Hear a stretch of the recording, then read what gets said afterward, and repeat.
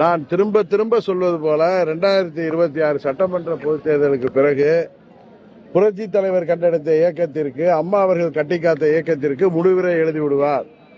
காரணம், சுயநலத்தால் அவர் பதவி வெறியில, பணத்திமிரில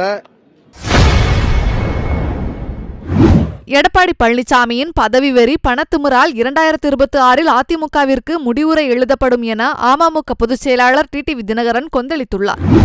அவருக்கு இருந்த முதல்வர் பதவியை வைத்துக் கொண்டு அம்மாவின் கட்சியை அவர் இன்றைக்கு கையகப்படுத்தி வைத்திருக்கிறார்.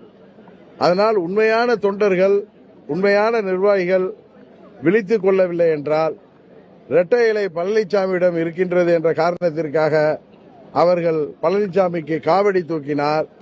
26 தேர்தலுக்கு பிறகு அம்மாவின் இயக்கத்திற்கு பழனிசாமி முடிவுரை எழுதிவிடுவார் என்று ஒவ்வொரு முறை உங்களை சந்திக்கும் பொழுதும் நான் சொல்லி வருகிறேன். அதைத்தான் இன்றைக்கும் சொல்கிறேன்.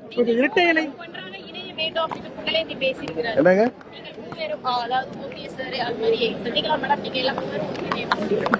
அம்மாவின் தொண்டர்களாக, உண்மையான தொண்டர்களாக நினைக்கின்ற அனைவரும் ஒன்றாகத்தான் இருக்கிறோம். இதில் யாரோ ஒரு சில சுயநலவாதிகளின் பதவி வெறியால அம்மாவின் தொண்டர்கள் அனைவரும் ஒன்றிணைவதில்லை. காலதாமதம் ஏற்படுகிறது. ஆனால் எங்களது விருப்பம், எங்களது முயற்சியும் 26 தேர்தலுக்கு முன்பாக அம்மாவின் தொண்டர்கள் அனைவரும் ஒன்றிணைந்து அம்மாவின் ஆட்சியை, இன்றைக்கு தமிழ்நாட்டிலே நடைபெற்றுக் கொண்டிருக்கின்ற மக்கள் விரோத தீய ஆட்சியை முறியடிப்பதற்கு அனைவரும் முயற்சி செய்து வருகிறோம். பாதிக்கப்பட்ட மாவட்டங்களுக்கு தமிழக அரசு நிவாரணம் அறிவிச்சிருக்காங்க. அது போதுமானதா இருக்கான்னு நினைக்கிறீங்களா?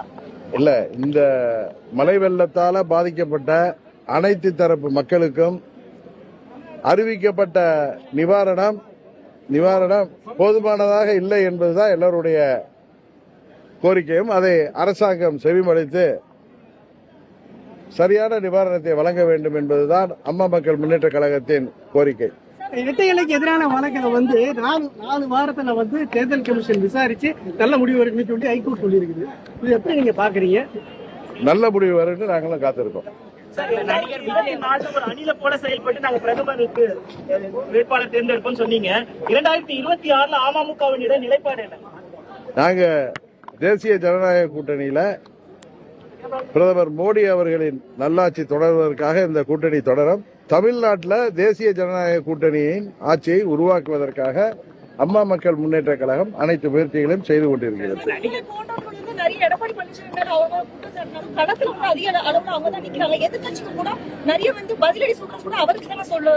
நீங்க எதிர்கட்சி தலைவராக அவர் இருக்கிற காரணத்தினால அவருக்கு முக்கியத்துவம் கொடுக்கிறீர்கள்.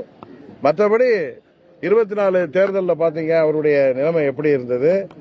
நிறைய தொகுதிகளில் அவங்க டெபாசிட் போடுறது மாத்திரம் இல்லாம, பழனிசாமி தேர்தலில் வேட்பாளர் நிறுத்தியதே திமுகவுக்கு பி டீமாக செயல்பட்டு திமுக வெற்றி பெற வேண்டும் என்பதற்காக மறைமுகமாக இரட்டை இலையை பயன்படுத்தினார் என்பது எல்லோருக்கும் தெரியும், அங்கு உள்ள தொண்டர்களுக்கும் தெரியும். அதெல்லாம் வருங்காலத்தில் விரைவாக அவர்கள் எல்லாம் அதை புரிந்து கொண்டு செயல்படுவார்கள் என்பது நீங்கள் தெரிந்து கொள்கிறீர்கள். விஜய் அவர்கள் களத்துக்கே செல்லாம செய்திகளை உள்ளது உள்ளபடி தெரிந்து கொள்ள ரெஃப்ளெக்ட் நியூஸை சப்ஸ்கிரைப் பண்ணுங்க.